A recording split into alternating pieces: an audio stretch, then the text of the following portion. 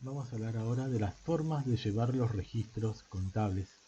Para eso nos vamos a tener a lo dispuesto por el artículo 325 del Código Civil y Comercial de la Nación, que dice: los libros y registros contables deben ser llevados en forma cronológica, actualizada, sin alteración alguna que no haya sido debidamente salvada. También deben llevarse en idioma y moneda nacional. Deben permitir determinar al cierre de cada ejercicio económico anual la situación patrimonial, su evolución y sus resultados. Los libros y registros del artículo 322 deben permanecer en el domicilio de su titular.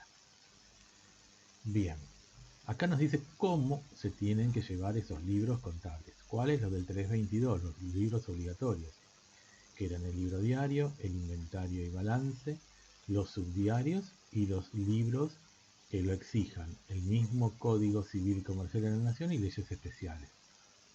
Bien, tiene que estar hecho en forma cronológica, es decir, ya lo habíamos visto eso en el modo de llevar la contabilidad. Las operaciones se tienen que ir registrando a medida que se van sucediendo una atrás de la otra, de manera cronológica. Tiene que estar actualizado, es decir, un atraso no mayor a un mes en la registración de las operaciones, sin alteración alguna que no haya sido debidamente salvada. Si hay alguna alteración en la registración, se tiene que salvar, se tiene que corregir. También deben llevarse en idioma y moneda nacional. Esto parece medio obvio, pero no lo es tanto porque hoy en día con la globalización hay muchas empresas extranjeras que están interesadas en que la contabilidad se lleve en su propia moneda y en su propio idioma, pero no. A los fines legales de nuestro país, la contabilidad se tiene que expresar en idioma castellano y tiene que medirse en moneda de curso legal del país. Debe permitir determinar al cierre de cada ejercicio económico anual la situación patrimonial, su evolución y sus resultados. Bueno, esos son los requisitos de cómo se tiene que llevar la contabilidad, lo vamos a ver luego. Pero que sí, que mínimamente esa contabilidad, ese modo de llevar la contabilidad me tiene que informar cuál es la composición patrimonial, cómo evolucionó ese patrimonio, es decir, desde el inicio tenemos un patrimonio, cuáles fueron las operaciones sociales que se sucedieron, cuál fue su evolución y cuál es la composición del patrimonio al cierre, y lo mismo el resultado, cuáles fueron las operaciones que se realizaron, cuál fue el resultado obtenido y cómo se generó ese resultado. Por último nos dice los libros y registros, el artículo 322, que recordemos que son los registros obligatorios, ¿no?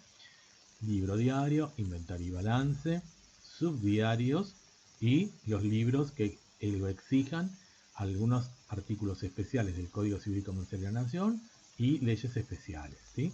Bueno, esos registros deben permanecer en el domicilio de su titular. Y bueno, primero, el titular puede tener varios domicilios. Bueno, acá se está refiriendo al domicilio que tiene registrado ante la autoridad de Contralor. En nuestro caso, si estamos en la Ciudad de Buenos Aires, la Inspección General de Justicia, la Dirección Provincial de Personas Jurídicas si estamos en la provincia, y somos entidades que perseguimos fines de lucro. Si fuéramos entes cooperativos, el INAES, bueno, cada tipo societario, cada tipo tiene su propio organismo de Contralor.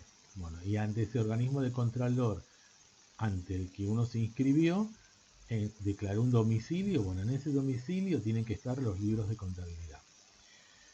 Empezamos con los libros manuales, seguimos con los medios mecánicos, con los medios de computación, resguardo electrónico, era en CD-ROM o Compact Disc, y luego los libros digitales. Ya los libros digitales que están en internet, en una nube, eso ya no tiene sentido el domicilio del titular, porque eso ya están en un lugar electrónico, en una nube, no está en un lugar físico como lo exige este artículo. O sea que este artículo sería relevante para los registros manuales, los copiadores que se llevan por medios mecánicos o de computación, electrónicos, o ya los recuerdos en Compact Disc o en CD-ROM de la información, ya no en forma de libro, sino en dispositivos magnéticos.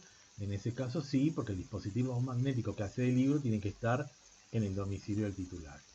Ahora, cuando ya nos vamos a los libros digitales, que son libros, que son archivos digitales que se suben a sitios web de internet, en este caso, la permanencia del libro en el domicilio del titular es como que pierde relevancia. Habiendo dicho esto, A continuación hice este pequeño esquema donde ya como hablamos de la documentación respaldatoria, hablamos de los datos contables, hablamos del procesamiento contable que era a través de la partida doble, después vamos a hablar bien de eso. Dijimos que puede haber libros manuales y computarizados. Bueno, ya hablamos de lo que no se puede hacer en el libro diario, lo que está prohibido, en los registros. Bueno, ya tenemos un poquito el pantallazo, entonces podemos armar este pequeño croquis o esquema donde partimos de la documentación de respaldo, una factura de compra, una factura de venta, un recibo, una orden de pago, un cheque, un recibo de sueldos, un comprobante de gasto. Eso sería un dato contable. Es contable porque, porque se puede contabilizar, está valorizado, está relacionado con una operación del ente que a mí me interesa medir. Pero en sí no me dice nada, porque tengo todo suelto. Tengo una factura de compra, tengo una factura de venta, tengo un recibo, tengo un pago, pero no hay una información concisa que me dé una información. Es un dato. Los colecto, todos esos datos, y hago lo que se llama el procesamiento contable. El procesamiento contable que puede ser manual, a través del libro libro manual, como lo hemos visto, que se lleva de puño y letra, donde se asientan cronológicamente las operaciones, o puede ser valiéndonos de una computadora, donde se ingresa en un programa de computación todos esos comprobantes, que se pueden registrar de manera centralizada o con subdiarios. Bien, si es en manera manual, lo volcamos en el libro diario y luego esos totales que me tienen que permitir, decía el artículo 325, me tiene que permitir dar información sobre la composición patrimonial, su evolución y la determinación del resultado. Es decir, los valores que van al libro inventario y balance. ¿Sí? Libro inventario y balance donde se transcribía el inventario y el estado contable. ¿Se acuerdan que lo habíamos visto en el artículo 327 de la resolución 7 del 2015 de la IGJ? Bien, por otro lado, el procesamiento contable puede ser computarizado. Nos tenemos que valer un software de computación que tiene que tener ciertas normas mínimas de control, que que me ordene los asientos por fecha, que el número de asientos sea consecutivo, que me arroje los totales y que sume correctamente. Bueno, entonces ese software de computación, el resultado, según sea el registro al que lo voy a volcar, es el producto, el output, la salida que me va a dar. Y esa salida ya es información contable. Entramos con datos contables y terminamos abajo con información contable. La información contable es la que está en el libro inventario y balance, o si utilizamos un libro copiador, como habíamos dicho antes, sacamos de un listado de computación con el balance y lo transcribimos, lo hacemos lo que se llama el copiado directo al copiador del libro diario y al copiador del inventario y balance. Bueno, recordemos, el inventario y balance, si era una sociedad con fines de lucro, no me permiten el inventario y balance copiador, solo manual.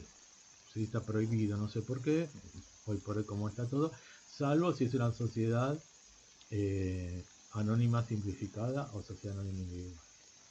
Bien, si no puedo tener un archivo digital que lo voy a subir al sitio web hoy por hoy, abril del año 2020, por ahora están solo permitidos para las sociedades anónimas simplificadas y sociedades anónimas unipersonales. Y si no, un soporte magnético, que puede ser un CD-ROM, un compact disc, donde se guardan esa información contable en ese CD-ROM. Ese CD-ROM tiene un número y ese número se asienta en los libros, en el libro de acta de directorio de la compañía, como para que quede asentado y no se pueda volver a modificar, es decir, sustituir otro CD-ROM porque tendría otro número. Bien, esto es un poco todo el procedimiento visto, ¿no? Ya no desde el punto de vista artículo por artículo como estábamos hablando nosotros antes, sino ahora sí como visto como un todo. Acá hice otro pequeño cuadro donde hablamos del procesamiento electrónico, ¿no? Antes hablamos de procesamiento, puede ser manual, procesamiento electrónico.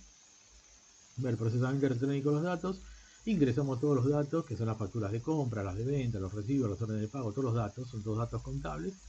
La computadora los procesa, es decir, los ordena por fecha, por cuenta contable, los subtotaliza por importe y nos dice entonces cuánto es lo que se vendió, cuánto es lo que se compró, cuánto es lo que se pagó, cuánto es lo que se cobró. Y esa información se la ordena de manera adecuada que cumpla con los requisitos de información que tienen que estar volcados en un libro diario, y el libro diario que me arroje los saldos de cada una de las cuentas involucradas, que es lo que es el libro mayor, ya lo vamos a ver en detenimiento más adelante. Y por último, con los saldos individuales de cada una de las cuentas involucradas que nos arroja el libro mayor, armar un pequeño borrador de un balance de sumas y saldos.